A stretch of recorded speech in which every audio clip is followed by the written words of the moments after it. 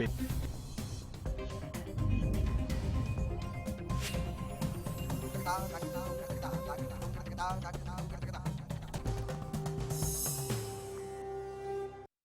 Programme के सह प्रायोजक हैं इंद्रधनुष ऑर्गेनिक खाद।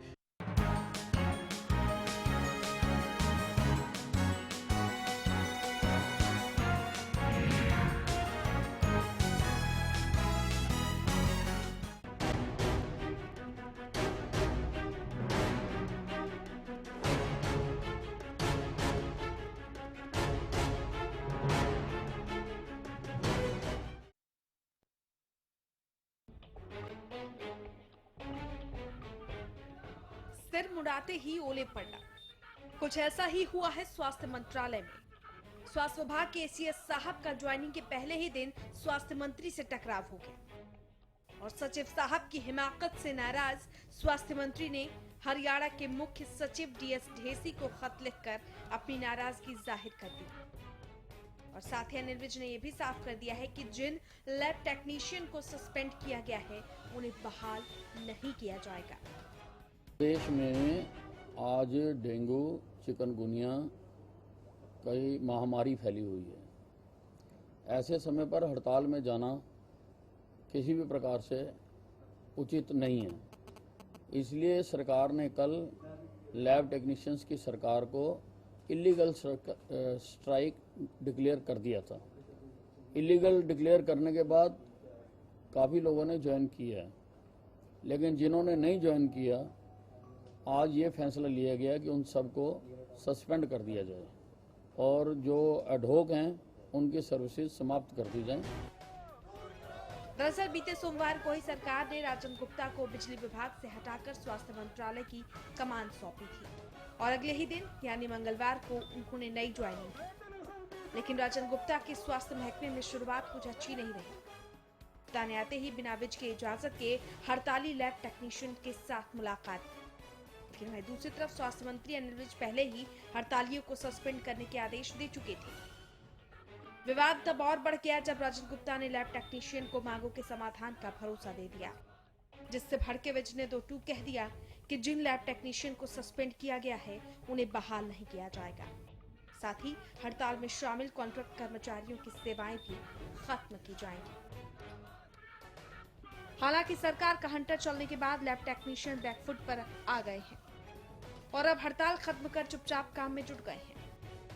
वहीं कल देर रात लैब टेक्नीशियन एसोसिएशन के पदाधिकारी समेत सस्पेंड कर्मचारी अनिल विज से मिलने पहुंचे थे, जहां उन्होंने सस्पेंड कर्मचारियों को बहाल करने की गुहार विज से लगाई।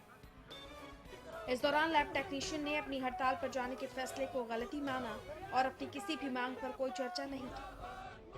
लेकिन ऐसे में कई सवाल उठ रहे हैं कि कार्रवाई और मांगे मानने की सच्चाई क्या है। एक तरफ नरमी, दूसरी तरफ गर्मी की हकीकत क्या है। अनिल विज से बिना पूछे एसीएस ने मीटिंग क्यों की? मरीजों की मुसीबत पर मांगों का सौदा क्यों किया गया? सरकार लैब टेक्नीशियन पर कार्रवाई करेगी कि नहीं? क्या सस्पेंशन का आदेश वापस लेंगे अनिल विज? और क्या एसीएस से स्वास्थ्य मंत्री का टकराव बेलगाम अफसरशाही का उदाहरण है? हरियाणा न्यूज के लिए संदीप यादव की रिपोर्ट। नमस्कार, देख रहे हैं आप खास खबर, आपके साथ मैं हूं रेणु कैलाश। ये रिपोर्ट आपने देखी कि कैसे एसीएस और स्वास्थ्य मंत्री दोनों के बीच टकराव जैसी स्थिति पैदा हो गई है और खुद स्वास्थ्य मंत्री अनिल विज ने इसको लेकर नाराजगी जाहिर की है कि उन्हें पता ही नहीं लैब टेक्नीशियन की तमाम मांगे मान ली गई। आखिर ये क्या चल रहा है? चर्चा करने के लिए खास मेहमान राजनीतिक विश्लेषक मुकेश जी हमारे साथ जुड़ गए हैं। मुकेश जी, बहुत स्वागत है आपका हरियाणा न्यूज में। ये जो कुछ भी तस्वीर, जो भी दृश्य बन रहा है, सबसे पहले उस पर मैं आपकी प्रतिक्रिया जानना चाहती हूँ। कैसे देख रहे हैं आप इस मसले को? देखिए, ये जो लैब टेक्नीशियंस की ने हड़ताल की है उसका कारण है वेतन विसंगतियां। जिस समय उनकी यूनियन ने एडिशनल चीफ सेक्रेटरी से बात की, उन्होंने नया नया ज्वाइन किया था और उन्हें ये नहीं मालूम था कि पिछले कुछ महीनों से विभाग में क्या चल रहा है। तो चूंकि उनकी नॉलेज में नहीं था और उनसे मिलने के लिए कोई आया तो वो सहज भाव से मिल लिए। उसमें अधिकारी को मिलना चाहिए और वो मिले।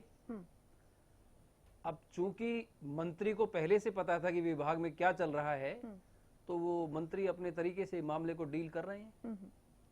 मैं थोड़ा सा इसमें एक जो लैब टेक्नीशियंस हैं उसके ऊपर एक फोकस करना चाहूंगा उनकी बात पे, कि जो रेडियोग्राफर की पोस्ट है या जो मल्टीपर्पज हेल्थ वर्कर की पोस्ट है, उससे भी कम तनख्वाह है लैब टेक्नीशियन की। जैसे नर्स है, नर्स का वेतनमान है 9300 से 34,800, ग्रेड पे है 4200 रुपए। किंतु जो लैब टेक्नीशियंस हैं उनका वेतनमान है 5200 रुपए से 20,200 और ग्रेड पे है 2800 रुपए, यानी नर्स से भी कम लैब टेक्नीशियन तनख्वाह ले रहे हैं। इसके अलावा जो सेंट्रल गवर्नमेंट के अंतर्गत जो हॉस्पिटल आते हैं, वहां पर जो नर्स है और लैब टेक्नीशियंस है, दोनों की तनख्वाह बराबर है, किंतु हरियाणा में कम है। तो जो उनकी मांग है वो जायज है, किंतु इस मांग को लेकर जो उन्होंने हड़ताल की, उसका जो समय था वो गलत था।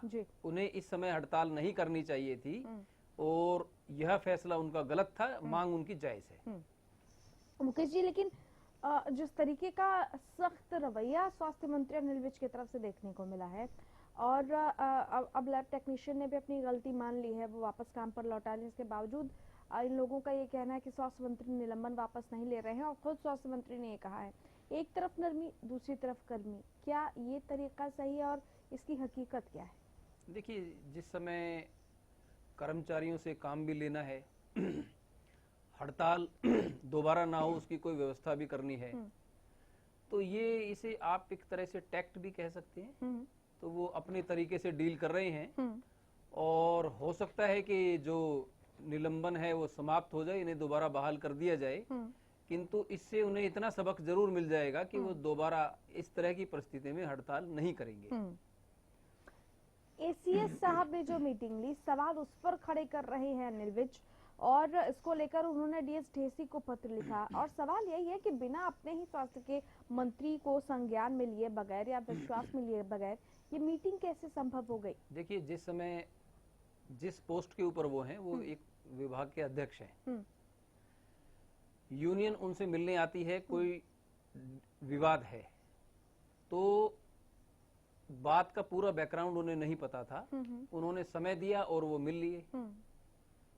एक अधिकारी होने के नाते जो उनके मातहत कर्मचारी हैं, उनकी दिक्कतों को दूर करने के लिए अगर उन्होंने एक मीटिंग कर ली, बैठक कर ली, तो इसमें क्या बुराई है?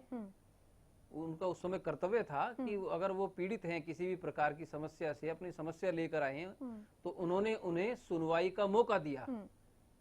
लेकिन मंत्री जी को ये नागवार गुजरा, क्योंकि मंत्री जी को इससे पहले ये पता था कि किस किस कदम पर सिविल हॉस्पिटल्स में डॉक्टर के लेवल पे, लैब टेक्नीशियन के लेवल के, नर्स के लेवल पर क्या चल रहा है, और वो बात एडिशनल चीफ सेक्रेटरी को पता नहीं थी। बिल्कुल, ये एक बहुत अहम सवाल मुकेश जी कि आखिर ये बात उन्होंने अपनी अना का प्रश्न क्यों बना लिया? आपकी नजरों में यह गलत नहीं है कि एसीएस ने उनसे मीटिंग कर ली और फौरी तौर पर यह कह दिया कि ठीक है, आपकी समस्याओं का समाधान किया जाएगा, लेकिन इस पर स्वास्थ्य मंत्री के जो सख्त तेवर हैं उनकी वजह क्या है? चर्चा आपसे जारी रहेगी। कृष्णमूर्ति हुड्डा हमारे साथ जुड़े हुए हैं इस वक्त कांग्रेस की तरफ से। कृष्णमूर्ति जी, जिस तरीके से अपने ही एसीएस से नाराजगी नजर आई है स्वास्थ्य मंत्री अनिल विज की, आप इस पूरे मामले को कैसे देख रहे हैं? देखिए, मिनिस्टर कुछ बोल रहा है, एसीएस जो है डिपार्टमेंट का जो नंबर 2 होता है वो कुछ बोल रहा है, और जो डायरेक्टर कुछ बोल रहा है। ये आपस में समन्वय नहीं है इस पूरे मामले में। और अनिल विज की जो हठ धर्मी है, उससे सरकार को नुकसान होगा। इनकी डिमांड जायज थी, अधिकारियों ने इनकी डिमांड सुनी और सुन के उन्होंने फैसला कर दिया, आपस में सहमति होगी। अब अनिल विज जी अड़े हुए हैं कि नहीं, मैंने तो सस्पेंड कर दिया है, मैं तो वापस नहीं लेता।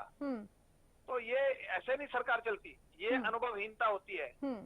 सरकार की अनुभवहीनता है, भारतीय जनता पार्टी के लोग अनुभवहीन है और इनको काम करने का ढंग नहीं है। हमारे वक्त में हड़तालें हुई, हमने बड़े प्यार से निपटाते थे उनको, हमने कभी तानाशाही ढंग से कभी कोई एक्शन नहीं किया। ये तानाशाही ढंग से एक्शन कर रहे हैं, जो कि बिल्कुल गलत है। तो मैं समझता हूँ कि आपस का में ये प्यार से करना चाहिए और सरकार और कर्मचारियों का तालमेल अच्छा होना चाहिए। चलिए कृष्णमूर्ति जी जुड़े रहिए, आपसे बातचीत जारी रहेगी। मुकेश जी, क्या ये हठधर्मिता है जो अनिल विज के सामने आ रही है, आपको क्या लग रहा है?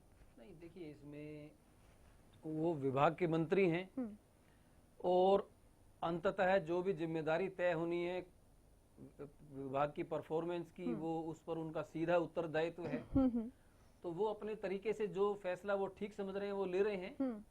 अगर इसका लाभ आम जनता को मिल जाता है, आम जनता के लिए ये चीज पक्ष में जाती है, तो फिर कैसी हठधर्मिता? तो समय बताएगा कि ये हठधर्मिता थी या नहीं थी। पर ये एक चीज आपने अच्छी कही, क्योंकि लैब टेक्नीशियन वापस आ गए हैं, लोगों को जो परेशानी हो रही थी वो परेशानी भी खत्म हो गई है, तो क्या ये जरूरी भी था? मुकेश जी, देखिए लग तो ऐसे ही रहा है कि जरूरी तो था, क्योंकि सरकार यदि इस समय पे उनके सामने झुक जाती और डेंगू चिकनगुनिया का इस समय प्रकोप है तो उसकी कीमत आम लोग चुकाते। मंत्री ने स्टैंड लिया और स्टैंड लेकर उन्हें इस बात का आभास कराया कि उनका फैसला गलत था। तो थोड़ा सा इसमें एक जो डिफेक्ट लग रहा है वो केवल ये लग रहा है कि उनका फैसला जरूरत से ज्यादा सख्त हो गया। उन्हें सख्त फैसला लेना था, लेकिन इतना सख्त भी नहीं कि किसी की नौकरी चली जाए। बिल्कुल, ये बहुत अहम बात। प्रोफेसर वीरेंद्र सिंह चौहान हमारे साथ जुड़ गए हैं। चौहान साहब, आवाज मिल रही है? चौहान साहब, बात अनिल विज और एसीएस की हो रही है। जिस तरीके से स्वास्थ्य मंत्री ने नाराजगी जताई है मुख्य सचिव डीएस ढेसी को पत्र लिखकर कि एसीएस ने बिना पूछे उनसे मीटिंग कर ली और तमाम मांगों को मान लिया लैब टेक्नीशियन की, जबकि मैंने ऐसा कोई आदेश नहीं दिया था और मैं जो भी निलंबन था उसको वापस नहीं लेना चाहता। ये तनातनी जो है इसको किस नजरिए से आप देख रहे हैं? क्योंकि विपक्ष ये कह रहा है कि ये बेलगाम अफसरशाही का नतीजा है, अनुभवहीनता की शिकार है सरकार, क्या कहेंगे आप? देखिए, विपक्ष को तो मुझे ये कहना है कि विपक्ष के पास क्योंकि जो वास्तविक मुद्दे हैं जनता के, उन पर बोलने का न तो साहस है न उनको उन मसलों की समझ है। इसलिए प्रतिपक्ष क्या कह रहा है वो केवल वक्त गुजारना है उनको, और उसके उनको कुछ करना नहीं है, इसलिए उनकी हमको ज्यादा चिंता नहीं है। अभी हाल सरकार के सामने सबसे बड़ा सवाल ये था कि डेंगू और चिकनगुनिया हरियाणा में फैल रहा है, लोग परेशान हैं, और ऐसे समय में कुछ कर्मचारी सरकार के आश्वासन दिए जाने के बावजूद और हड़ताल को इलीगल करार दिए जाने के बावजूद वो हड़ताल पर चले गए, काम पर नहीं लौटे, तो उनके खिलाफ दंडात्मक कार्रवाई जो भी कानून के अनुसार बनती है उसकी तरफ सरकार ने कदम बढ़ाया मंत्री महोदय के निर्देश पर। तो स्वाभाविक रूप से जो लोग सरकार के निर्देशों का पालन करते हुए काम पर लौट आए वो ठीक है, और जो नहीं आए, जो उसके बावजूद हड़ताल करना चाहते हैं, जिनको ये एहसास नहीं है कि उनकी जिम्मेदारी लोगों के प्रति, आम हरियाणवी के प्रति क्या है, तो उनको तो वो कार्रवाई झेलनी ही पड़ेगी। मूल बात ये है कि लोग अपने काम पर जो लौट आए हैं वो अपना काम संभालें। सरकार को आम हरियाणवी की मरीजों की चिंता है, सरकार उस बात पर फोकस कर रही है। शेष मुद्दे वो बिल्कुल गौण हैं, हमको बहुत अहमियत नहीं देते हैं। चलिए चौहान साहब, बेहद शुक्रिया आपका हमसे बातचीत करने के लिए। तो बीजेपी प्रवक्ता वीरेंद्र सिंह चौहान कह रहे हैं बाकी के सारे मुद्दे गौड़ हैं। मुकेश जी हमारे साथ लगातार बने। मुकेश जी, कितने सहमत हैं आप चौहान साहब की बातों से? चौहान साहब कनेक्ट है इस समय? चौहान साहब, आप सुन रहे हैं क्या? चलिए, संपर्क टूट गया। बस हम उनसे ये जानना चाह रहे थे कि ये फैसला कुछ जरूरत से ज्यादा कठोर नहीं है? जरूरत से ज्यादा ये कठोर फैसला, और इसी फैसले को लेकर अनिल विज अटल हैं, अडिग हैं। अब सवाल यही है कि अनिल विज क्या जरूरत से ज्यादा कठोर बन रहे हैं? और मुकेश जी, ये कठोरता इस वक्त क्या जरूरी है, और वो भी तब जब लैब टेक्नीशियन वापस आ गए हैं। उन्होंने कहा है कि उन्होंने अपनी गलती मान ली है और सहानुभूति पूर्वक विचार करना चाहिए। और मैं यही चर्चा आपसे कर रही थी कि इसको अना का प्रश्न जैसे बना लिया हो अनिल विज ने, क्या ऐसा महसूस नहीं हो रहा है? देखिए, इस तरह के ना प्रशासनिक फैसले तो लेने पड़ते हैं कि, और चूंकि अनिल विज एक सख्त मंत्री हैं, वो इस तरह के सख्त फैसले ले लेते हैं, तो वो अपने स्वभाव के अनुरूप वो फैसले ले रहे हैं। किंतु इस सब का जो प्रभाव है अंततः आम आदमी को इसका लाभ मिलेगा, आम आदमी को इसका लाभ नहीं मिलेगा, उसके ऊपर निर्भर करता है कि इनका फैसला सही था या सही नहीं था। बिल्कुल। किंतु ऐसा लग रहा है कि अगर फैसला प्रथम दृष्टि से ऐसा लग रहा है कि थोड़ा जरूरत से ज्यादा सख्त है। चलिए, वक्त एक छोटे से ब्रेक का हो गया है। ब्रेक के उस पार भी इसके तमाम पहलुओं पर चर्चा जारी रहेगी कि आखिर क्यों एक अफसर और मंत्री के बीच इस तरीके से तनातनी का माहौल है और क्या इसका असर आम जनता को भुगतना पड़ेगा। वक्त एक छोटे से ब्रेक का, जल्द लौट रहे हैं।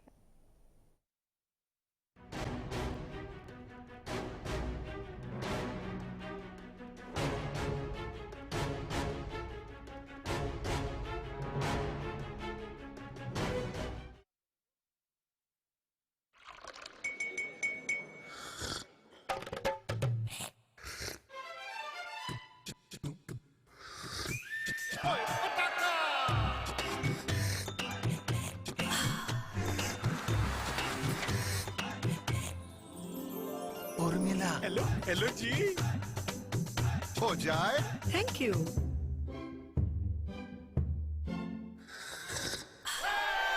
पताका चाय, पताका चाय, गजब का स्वाद। दादा दादी का लक्ष्य हेल्दी लाइफ, मम्मी डैडी का लक्ष्य हैप्पी लाइफ, तन्नू मन्नू का लक्ष्य जीनियस लाइफ, लक्ष्य दे brain and body fit to fight, Lakshya pure ghee for whole life, Lakshya Lakshya लक्ष्य प्योर घी। श्रेष्ठता और शुद्धता आपका हक, हमारा लक्ष्य, लक्ष्य प्योर घी।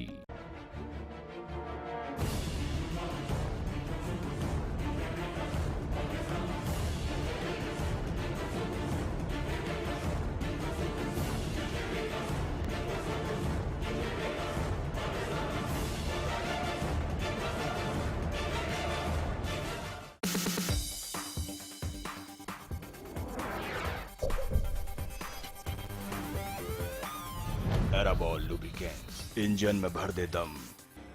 ICS coaching centre. बेरोजगारी से डरते क्यों हो? मैं हूं ना। ICS कोचिंग सेंटर पिछले 8 सालों से सरकारी नौकरी पाने में एक भरोसेमंद नाम। अगर आप सरकारी नौकरी चाहते हैं तो आप 2 दिन की ट्रायल क्लास ले लीजिए, आपको बेरोजगारी से मुक्ति का रास्ता मिल जाएगा। कैसे पाएं सरकारी नौकरी? हर रोज दोपहर 2:30 बजे।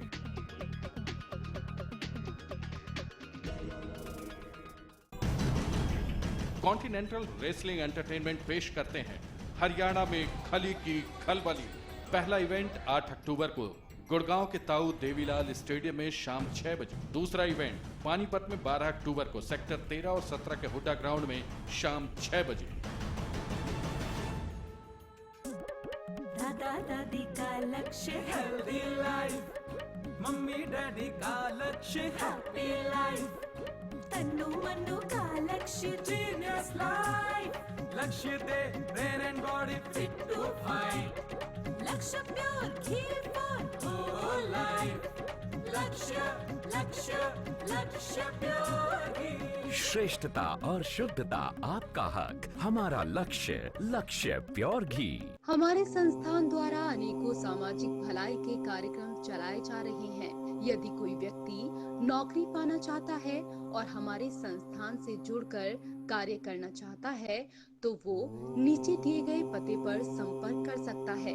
संस्थान द्वारा नियुक्त व्यक्ति को अपने शहर में रहकर ही कार्य करना होगा। संस्थान को हर शहर और गांव में मेहनती व्यक्ति की आवश्यकता है। मासिक न्यूनतम वेतन 15,000। हमारे संस्थान द्वारा जो भी नौकरी के लिए स्त्री और पुरुष अप्लाई करना चाहता है तो संपर्क करें। हमारा पता है A16 Prashant Vihar, outer ring road, 3rd floor, Tata showroom के ऊपर, दिल्ली 110085। हमारा फोन नंबर है 9311130301 और 8527991288। सिरसा में अब खत्म हुआ अंतर्राष्ट्रीय स्तर की शिक्षा का इंतजार। MDLR ग्रुप लेकर आए हैं MDK इंटरनेशनल स्कूल। हरियाणा के हरित क्षेत्र सिरसा में विश्व स्तरीय शिक्षा की खास पहचान। MDK international school Cambridge university London से जुड़े सिरसा के इस पहले रेसिडेंशियल कम डे बोर्डिंग स्कूल के डायरेक्टर हैं कैम्ब्रिज एग्जाम्स के आकलनकर्ता मिस्टर लॉरेंस फ्रे। विश्व स्तरीय शिक्षा के साथ एमटीके स्कूल में है एयर कंडीशन कैंपस और दूसरी आधुनिक जरूरी सुविधाएं, पुस्तकों से परिपूर्ण लाइब्रेरी और एक स्पेशियस कैफेटेरिया जिसमें बच्चों के लिए मिलेगा हेल्दी खाना। एमटीके इंटरनेशनल स्कूल की विश्व स्तरीय खेल एवं अन्य सुविधाएं आपके बच्चों का स्वास्थ्य एवं चहुमुखी विकास सुनिश्चित करती हैं। तारकेश्वरम धाम के नजदीक रानिया रोड, सिरसा में। अधिक जानकारी के लिए संपर्क करें।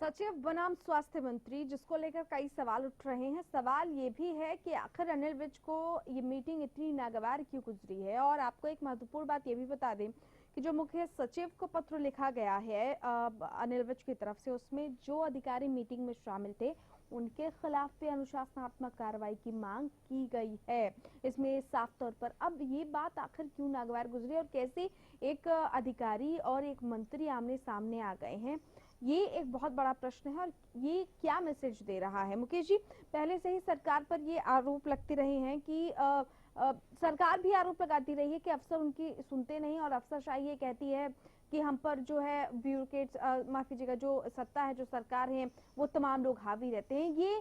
ये आपको नहीं लग रहा कि ये कुछ उसी तरफ इंगित कर रहा है, ये नजारा कुछ वैसा ही बन रहा है? जी, ऐसा नहीं लग रहा है। ऐसा इसलिए नहीं लग रहा है क्योंकि एडिशनल चीफ सेक्रेटरी ने अभी इस पोस्ट पर ज्वाइन ही किया है और उनका पहला या दूसरा दिन ही था। तो जिस समय विभाग में कोई भी नया अधिकारी ज्वाइन करता है तो सप्ताह 10 दिन लग जाते हैं सारी बात को समझने में, क्या किस तरह की चीजें चल रही हैं, क्या महत्वपूर्ण फाइलें पेंडिंग हैं, क्या फैसले हाल में लिए गए हैं।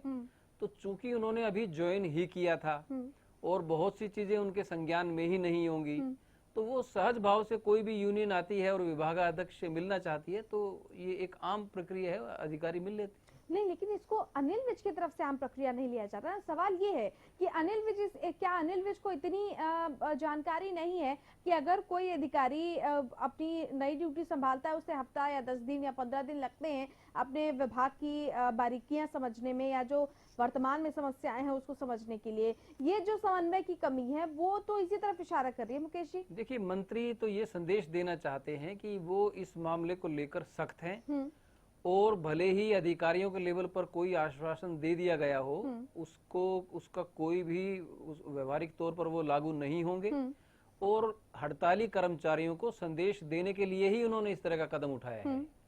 तो चूंकि वो इस व्यवस्था को ठीक करना चाहते हैं तो वो अपने तरीके से काम कर रहे हैं। और जो मंत्री है, मंत्री को ये अधिकार है कि वो कानून की सीमाओं में रहकर फैसले लें और अपने विभाग को दुरुस्त करें, तो वो अपने तरीके से कर रहे हैं। ये आने वाला समय बताएगा कि ये फैसला उनका सही साबित हुआ या नहीं हुआ। आवश्यक कदम आपके तरफ से अगर सुझाव मांगा जाए, क्या इस मसले में थोड़े और जरूरी या इम्पोर्टेंट या समझदारी भरे वो कदम हो सकते हैं जिससे इस टकराव से न सिर्फ अभी, आगे आने वाले समय में भी बचा जा सकता है? मुकेश जी, देखिए, ये ना थोड़ा सा राजनीतिक लोग राजनीतिक टाइप के फैसले ले लेते हैं, ये भी कुछ राजनीतिक फैसला जैसा ही है। उन्होंने थोड़ी सेक उनको लगा दी है और मेरा अपना विचार ये कि थोड़े समय के बाद वो मान जाएंगे और जो हड़ताली कर्मचारी वो बहाल हो जाएंगे।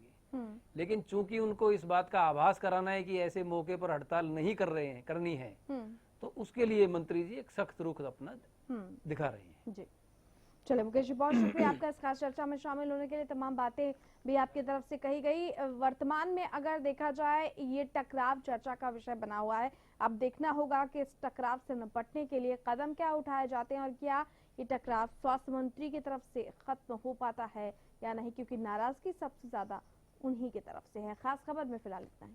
नमस्कार।